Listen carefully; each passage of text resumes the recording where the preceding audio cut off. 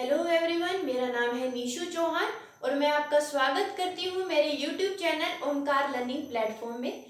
हमारा आज का टॉपिक है अमीनो एसिड। या इस वीडियो में हम अमीनो एसिड की कुछ प्रॉपर्टीज के बारे में देखेंगे कि क्या अल्फा अमीनो एसिड होते हैं और क्या बीटा अमीनो एसिड होते हैं। और उसी तरह से यहाँ पे हम आर और एल अमीनो एसिड के बारे में भी देखेंगे कि आर और एल अमीनो एसिड क्या होते हैं। उससे पहले हमें पता होना चाहिए कि बेसिकली अमीनो एसिड होते क्या हैं।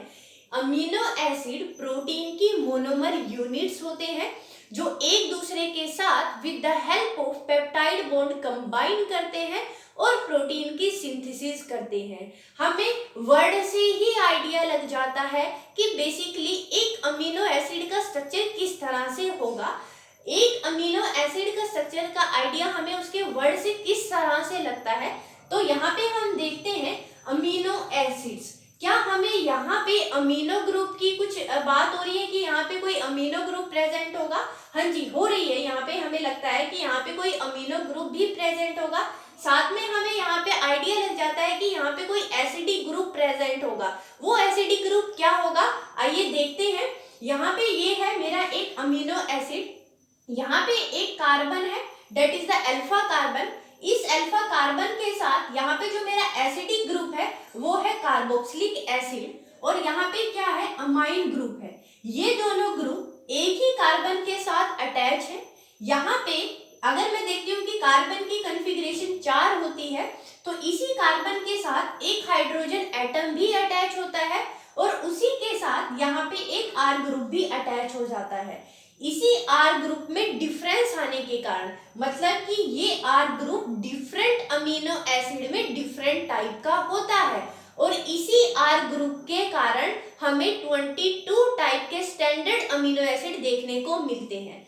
तो ये हो गई एक जनरल सा स्ट्रक्चर किसका, अमीनो एसिड का। तो आइए अब देखते हैं कि हम किस तरह से अल्फा अमीनो एसिड और बीटा अमीनो एसिड को रिप्रेजेंट कर सकते हैं। हमें पता होना चाहिए, जब भी हमें अल्फा और बीटा अमीनो एसिड के बारे में अगर हमें पता होना चाहिए तो उससे पहले हमें एक चीज की और नॉलेज होनी चाहिए। वो नॉलेज होनी चाहिए अल्फा कार्बन किसको बोलते हैं और बीटा कार्बन किसको बोलते हैं। हमें ये लोअर क्लासेस में बता देते हैं कि बेसिकली अल्फा अमीनो एसिड या अल्फा कार्बन कौन से होते हैं, सॉरी, और बीटा कार्बन यहाँ पे कौन से होते हैं। तो यहाँ पे अगर मैं बात करती हूँ जिस कार्बन के साथ, ये that is the functional group होता है, जिस कार्बन के साथ या फंक्शनल ग्रुप से जो नेक्स्ट कार्बन होता है वो होता है हमारा अल्फा कार्बन।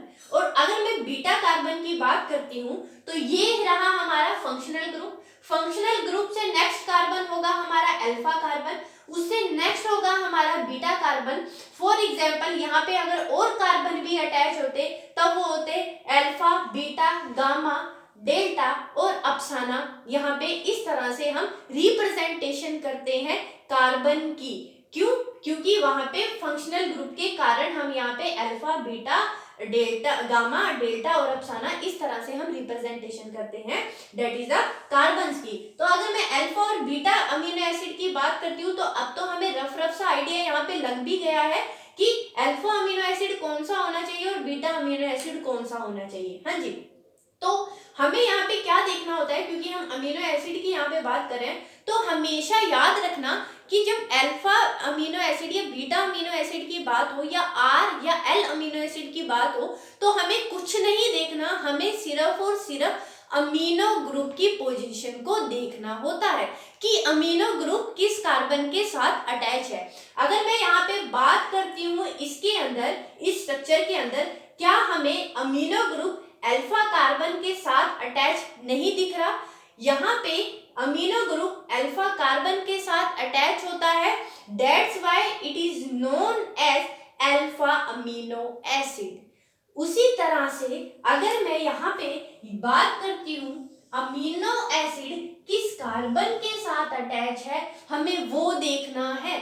यहाँ पे अमीनो एसिड है, सॉरी अमीनो ग्रुप किस कार्बन के साथ अटैच है, amino group is attach to beta carbon, तो that's why it is known as beta amino acid. अब आपको कंफ्यूजन नहीं होगी कि किसको हम अल्फा अमीनो एसिड बोलते हैं और किसको बीटा अमीनो एसिड बोलते हैं। हमें सिर्फ और सिर्फ अमीनो एसिड की पोजीशन को देखना है या अमीनो एसिड की पोजीशन को ध्यान में रखना है।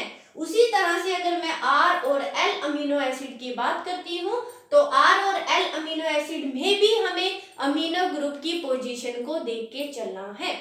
अगर हमारा amino group left hand side present होता है तब हम उसको बोलते हैं that is the L amino acid. उसी तरह से अगर मेरा amino group right hand side पे प्रेजेंट होता है तब हम उसको बोलेंगे आर अमीनो एसिड। अब मुझे नहीं लगता कि कोई कंफ्यूजन होगी कि आर अमीनो एसिड क्या होते हैं या एल अमीनो एसिड क्या होते हैं। उसके अलावा अगर मैं बात करती हूँ कि कौन से अमीनो एसिड प्रोटीन की सिंथेसिस में पार्टिसिपेट करते हैं, तो प्रोटीन की सिंथेसिस में जो अमीनो एसिड पार्टिसिपेट करते हैं वो होते हैं हमारे एल अमीनो एसिड जो अल्फा कार्बन के साथ अटैच होते हैं। यही अमीनो एसिड एक दूसरे के साथ पेप्टाइड बॉन्ड की फॉर्मेशन करके प्रोटीन की सिंथेसिस करते हैं। सो I hope your doubt are clearing. So thank you.